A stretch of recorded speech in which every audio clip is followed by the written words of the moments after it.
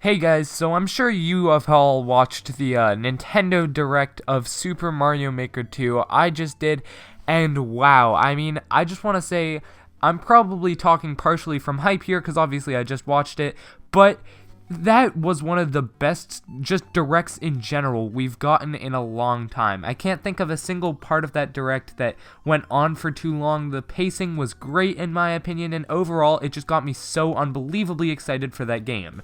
So what did I do? Well, I watched it again and again and again and again, and I've been watching it pretty much ever since it originally aired, and I have discovered a fair amount of things, 11 to be exact, little things or I don't know, theories that I've already developed in my head about the stuff that they showed off now. So I'm sure a ton of other YouTubers are going to do detailed analyses of every single frame. I'm looking at you, Game Explain. But this is just my preliminary thoughts of what I see, and on top of that, like, some of the points on this list are going to be theories, so they're not like 100% confirmed. Obviously, I'll just show you the evidence that I've seen throughout the video, and you can make your own conclusion based on that. And I'll be clear to say, like, this is a theory, this isn't fact, or this is fact whenever we're discussing something. With that out of the way, hey guys, it's Thomas from the Switch Shop, and these are 11 things that I found in the Super Mario Maker 2 Direct that you might not have. So starting off with a pretty big yet kinda sad one. It seems like the Amiibo costumes that were so beloved in the original Super Mario Maker, it seems like they are no more. Now, there's nowhere in here that explicitly says they don't exist. However, we didn't see any footage of them, and there was no icon for them when looking at the Super Mario Bros. 1 theme course editor.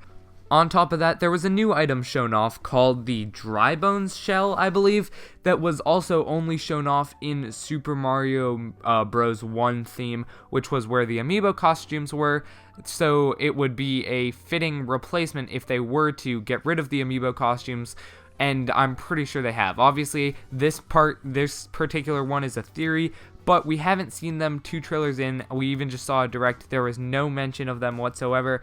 I think it's safe to say that at this point in time, we can operate under the assumption that they will not be returning, which sucks, but oh well. Next up, I want to discuss something that is a lot more happy.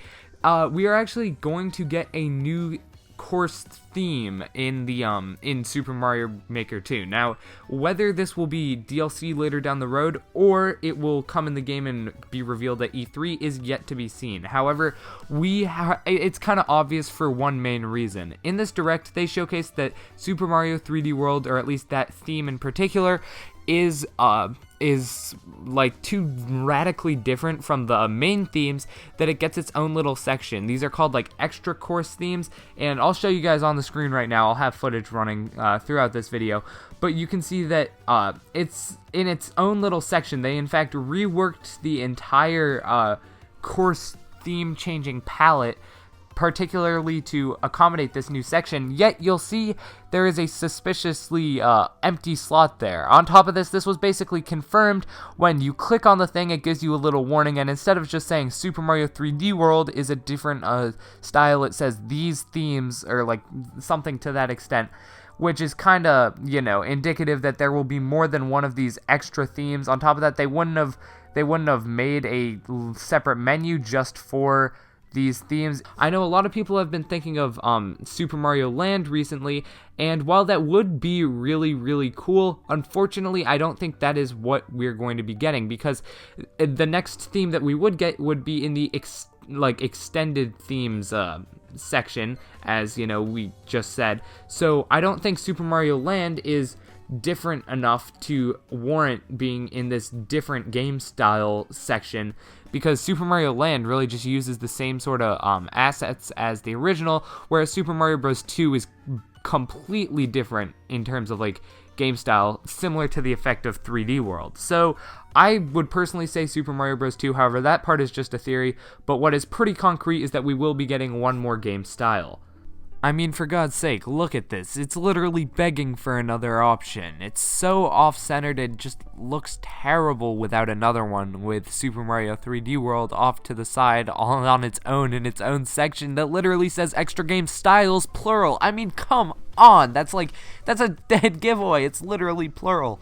Next up on the list, I want to talk about vertical courses. Now, there was a little section, and in the American Direct, it said, there will be vertical sub-areas. However, in the European Direct, they actually said there will be vertical courses in general. They used the voiceover from the American Direct in the European Direct, so the lady in the European Direct still said vertical sub-areas. It's just weird because it says vertical courses in the European Direct, so I figured I'd just bring that to your attention. Maybe there is a way to make your entire course vertical, as in you can make Mario spawn in the sub-area and then obviously just stay in the sub-area the entire time and only leave when you're going to get to the flagpole.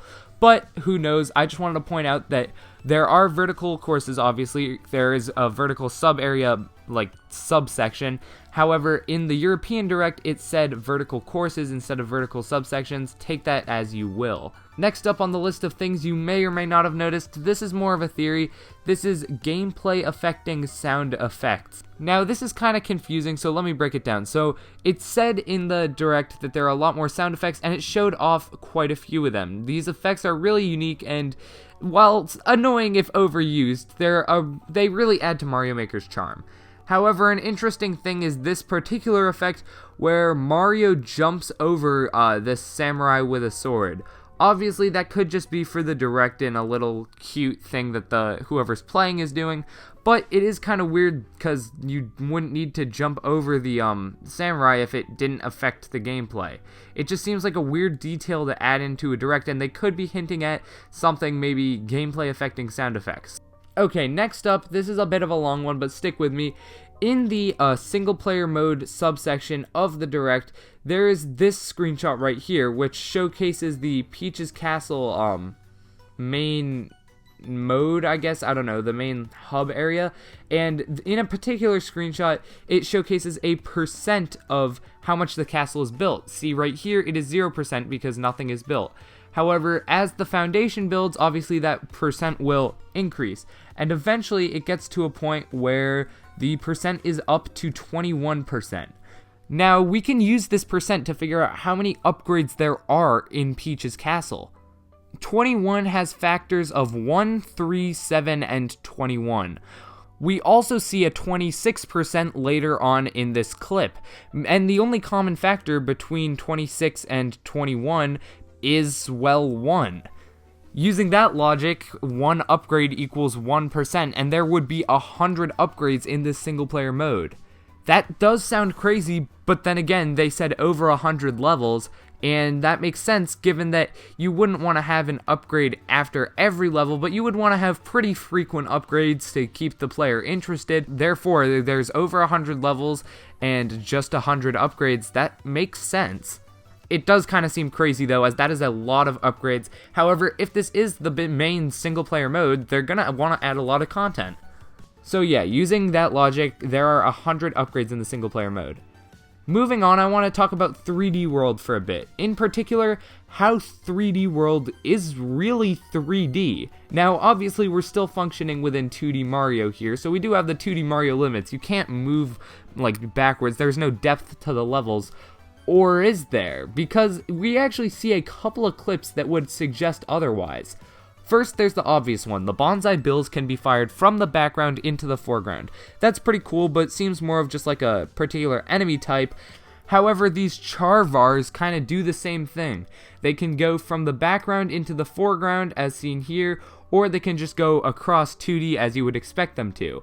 Next up, I want to talk about Pom Pom, a brand new boss in the 3D World style. Pom Pom has always been a very easy boss to play against in the 3D games. I'll show up a screenshot here, but it is super obvious to tell which one of her is real and which one is not. The coloration is all off on the fakes, and yeah, it's just really obvious. In the Super Mario Maker 3D World style, however, it is a bit more difficult. The coloration looks the same between all of them, however, there is still a pretty big difference. She has a green bow on the real version of her, and her shuriken is way more obvious on the real one as it's more pink and has a bow on it as well. So keep that in mind when you're playing the game so you don't get tricked by one of her clones. Next up is kind of a very obscure one, but there is actually a Fire Bro Sumo combo in this game that I don't think we've seen before. To my knowledge, there has never been a Sumo Bro that also throws fire. However, after looking it up, there is a single Sumo Bro in the Super Mario World television series, no, this is not a joke, that is known as the Fire Sumo. It appears in the episode Mama Luigi, and it attacks Luigi by stomping the ground, causing it to crack, sending the plumber plummeting downwards. This is not a joke, this is real, oh boy. That's more of just a stupid tidbit than anything, but yeah, apart from the Super Mario World animated cartoon show, there has never been a Fire Sumo before in any Mario game. Next up, I want to talk about the Spirit of Miiverse living on. Well, kind of. In this game, you can comment things, and you can use these pre-made images to warn other people of traps and whatnot. However, you can also draw your own images, but most importantly, stamps are back. You can see right here. Stamps were always a really neat thing in my opinion, whether they were in Mario Kart 8 or Super Mario 3D World was actually a big game that included stamps. Basically, they're little collectibles that you can use in posts, and, well, I'm sure everyone knows what a stamp is. It's pretty obvious, but they're really nice little collectibles, and it's just another thing you can do if you've 100%ed the main game. And as you can see from here, they're clearly back in Super Mario Maker 2. Next up, a quick one is you can add descriptions to levels. That's it. You still can't search by level names, or at least we haven't seen that in use yet, and it doesn't look like it's in the current build of the UI, but you can add descriptions, so I guess that's something. I wouldn't be surprised if there's a Mario Maker 2 app that they show off soon that functions kinda similar to Super Smash Bros. World. Next up is a pretty interesting one, once again pretty quick, and it has to do with sharing levels. You can now boo, or, well, essentially downvote levels that you don't like. Before you could only yeah, or upvote levels, but now you get an option to boo or downvote. That is pretty good and should help curate the levels more. Last but not least, I would like to talk about the win conditions that this game has.